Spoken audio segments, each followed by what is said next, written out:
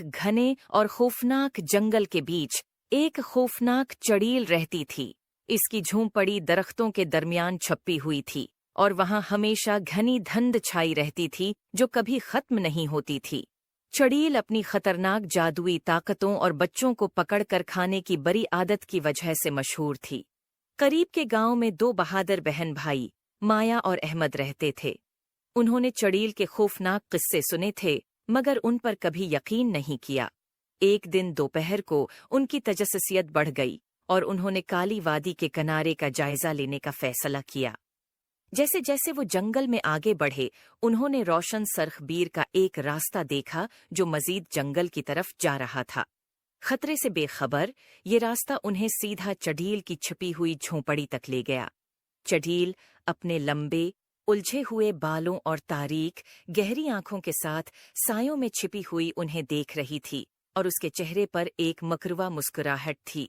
उसने एक जादू किया जिससे उसकी झोंपड़ी का दरवाजा खटाक से खुल गया।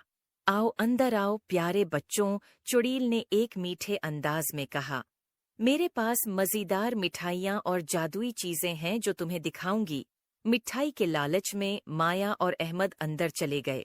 झोंपड़ी के अंदर उन्हें एक मेज मिली जो हर किस्म की मिठाइयों से भरी हुई थी। जैसे ही उन्होंने खाना शुरू किया उन्हें शदीद नींद आने लगी। चड़ील ने मिठाइयों पर जादू किया था कि वो उन्हें सलाह दें। जैसे ही बच्चे सोने लगे एक छोटी सी रोशनी कमरे के कोने में जाहिर हुई। ये एक बहादुर परी थी जिसका नाम सोना था।